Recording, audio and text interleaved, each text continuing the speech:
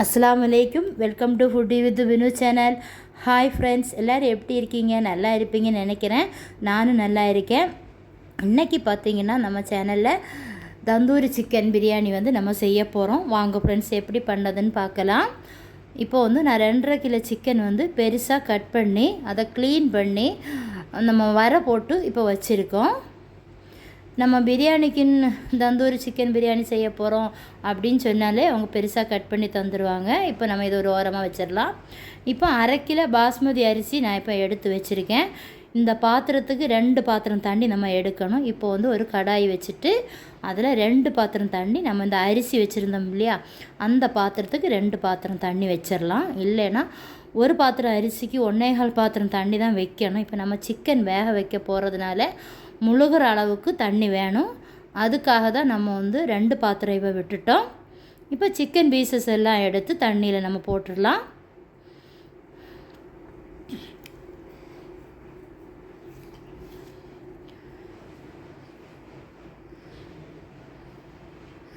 எல்லாமே நான் let piece மாதிரி தான் எடுத்திருக்கேன். இப்போ சிக்கன் எல்லாம் நம்ம போட்டு வச்சாச்சு. அதில் ஒரு 1/2 டீஸ்பூன் இந்த தண்ணியிலே மஞ்சத்தூள் போட்டுடலாம். 1 டீஸ்பூன் சால்ட்டும் நம்ம போட்டுடலாம். இப்போ ட்ரை லெமன் 1 சேர்த்துக்கிடுங்க. ஸ்பைசஸ் எல்லாமே சேர்த்துக்கிடணும். 1/2 டீஸ்பூன் மல்லித்தூள் முழு மல்லி நம்ம சேர்த்துக்கிடலாம். இப்போ ஸ்பைசஸும் நம்ம இதில் சேர்த்துட்டோம். 1/2 டீஸ்பூன் இல்லை 1 டீஸ்பூன் வரை மிளகு சேர்த்துடலாம் முழுசாட்டு. இப்போ மேகி க்யூபு, சிக்கன் மேகி க்யூபுன்னு கேட்டாலே கடையில் கிடைக்கும். அதில் 2 இந்த சிக்கன்லேயே போட்டுருங்க. இப்போ நம்ம தந்தூரி சிக்கனுக்கு காரம் வேணும்னு கிடையாது. இதில் நான் இப்போ நல்லா மிக்ஸ் பண்ணி விட்டுட்டு, நமக்கு கொஞ்சம் காரசாரமாக இருந்தால் தான் பிரியாணியெல்லாம் நல்லா இருக்கும். நான் இப்போ இதில் 4 பச்சை மிளகா முழுசாக லைட்டாக கீறி இதில் சேர்க்க போகிறேன்.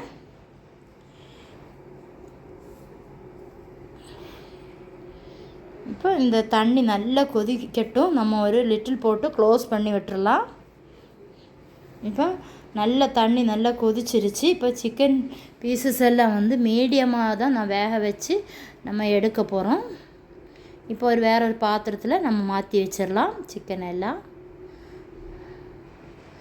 சிக்கன் உடையாத அளவுக்கு வேக வச்சு எடுக்கணும்.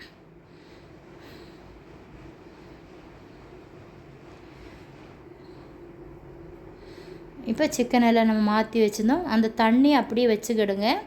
இப்போ 1 டீஸ்பூன் வத்தல் மிளகு பொடி, 2 டீஸ்பூன் காஷ்மீர் சில்லி, 1 டீஸ்பூன் சோம்பு,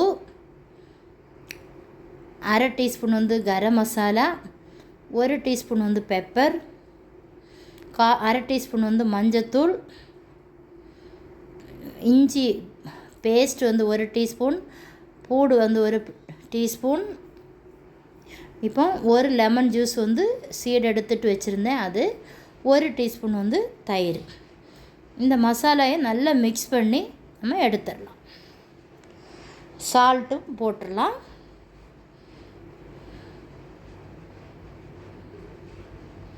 நல்லா மிக்ஸ் பண்ணி மசாலா நல்லா பிடிக்கிற மாதிரி 1 ஹவர் நம்ம மூடி வச்சிடலாம். இப்போ நம்ம வச்சுருந்த தண்ணியை நம்ம அந்த பாத்திரத்தில் 1.25 பாத்திரம் இருக்கான்னு அளந்து பார்த்துடலாம். இப்போ 1 பாத்திரம் இருக்குது, மீதியும் இருக்குது. இப்போ அதே கடாயில் நம்ம கோகோனட் ஆயில், பாதி பட்டர், தேவைன்னா பட்டர் போட்டுங்க, நல்லா டேஸ்ட்டாக இருக்கும். அதுக்காக தான் போட்டேன். 1 வெங்காயம் சேர்த்துக்கிடுங்க.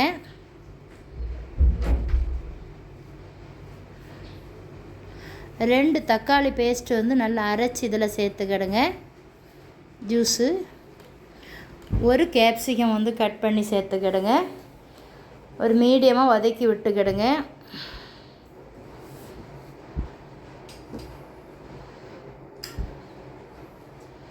இப்போ நம்ம தண்ணி வச்சுருந்தோம் இல்லையா, 1.25 பாத்திரம் தண்ணி இதில் விட்டுடலாம். நம்ம சிக்கன் வேக வச்ச தண்ணி தான், அதையும் விட்டாச்சு. இப்போ ரைஸ் சால்ட் 1/2 டீஸ்பூன் போட்டுடலாம். நம்ம அரிசி நான் நல்லா க்ளீன் பண்ணி ஒரு 10 நிமிஷம் தான் ஊற போட்டிருந்தேன்.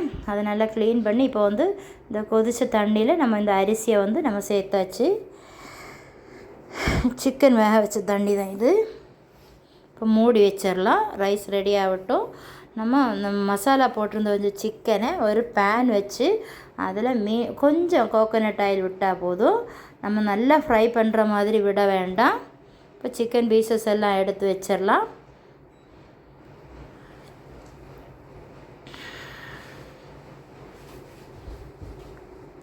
ரெண்டு மூணு வாட்டி திருப்பி மறிச்சும் நல்லா ஃப்ரை பண்ணி எடுக்க வேண்டியது தான். இப்போ சிக்கன் பீஸ் வந்து எடுத்து வச்சிடலாம்.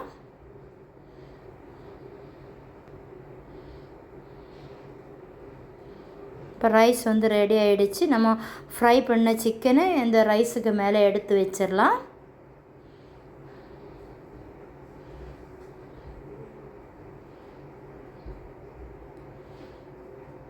இதுக்கு வந்து ஸ்மோக் வேணும். நான் அதனால் 2 சிரட்டையை கேஸ் ஸ்டவ்வில் வந்து நல்லா ஹீட் பண்ணிவிட்டு ஒரு பாத்திரத்தில் எடுத்து வச்சுட்டேன்.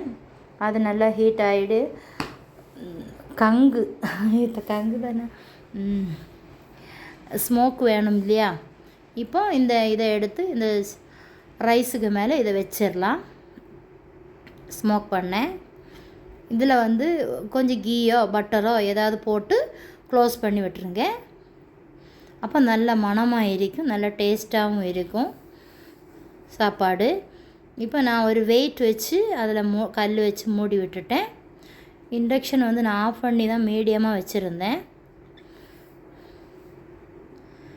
இப்போ நம்ம ஓப்பன் பண்ணி பார்க்கலாம். ரைஸ் வந்து ரெடி ஆகிடுச்சு. காபான்னு மணக்குது. இப்போ அதை எடுத்து நம்ம வெளியே வச்சுட்டு சிக்கன் பீசஸ் எல்லாம் எடுத்து வேற ஒரு பிளேட்டில் வச்சிடலாம். இந்த சிக்கன் பீஸ் வேற ஒரு பிளேட்டில் வைக்கவுமே நல்லா மணக்குது. சூப்பராக நல்லா டேஸ்ட் மணம் வருது. இப்போ ரைஸ் எடுத்து நம்ம ஒரு பிளேட்டுக்கு வச்சிடலாம். இப்போ சிக்கன் எல்லாம் அதில் மேலே எடுத்து வச்சு எல்லோரும் சேர்ந்து சாப்பிட்டா எப்படி இருக்குன்னு தெரியுமா? இது கூட வந்து நான் வந்து பச்சடி வச்சுருந்தேன். கண்டிப்பாக நீங்களும் ட்ரை பண்ணி பார்த்துட்டு நம்ம சேனலை சப்ஸ்கிரைப் பண்ணுங்கள்.